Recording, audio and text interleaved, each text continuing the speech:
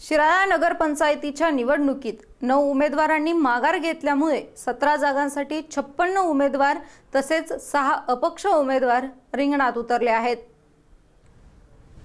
शिराळा नगरपंचायत निवडणुकीत गुरुवारी 9 उमेदवारांनी माघार घेतल्याने 17 जागेसाठी 56 उमेदवार निवडणूक रिंगणात उभे असून 6 अपक्षांनी दंड थोपटले आहेत। प्रभाग 14 मधून भाजपच्या वैभव कांबळे यांनी माघार घेऊन भाजपने महाडिक युवा शक्तीचे उमेदवार असणारा राम जाधव यांना पाठिंबा दिला आहे।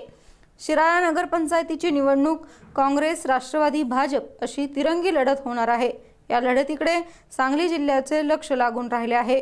यावेळी निवडणूक निर्णय अधिकारी दीपक शिंदे हे म्हणाले, 65 उमेदवार रिंगणात राहिलेले होते। 9 उमेदवारांनी आज शेवटच्या दिवशी माघार घेतल्याने 56 उमेदवार निवडणुकीच्या रिंगणामध्ये राहिलेले आहेत। त्यामध्ये राजकीय पक्षांतर्फे 50 आणि अपक्ष 6 असे एकूण 56 उमेदवार ही निवडणूक लढवणार असल्याचे त्यांनी सांगितले।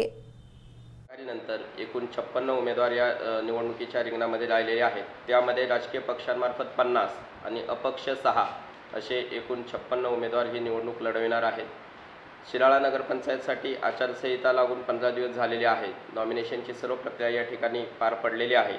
आचारसंहिता अंमलबजावणीबाबत नगरपालिका मुख्याधिकारी यांनी त्यांच्या स्तरावरती 4 स्टॅटिक सर्व्हिलन्स टीम, 1 भरारी पथक असे नेमणूक केलेले आहे।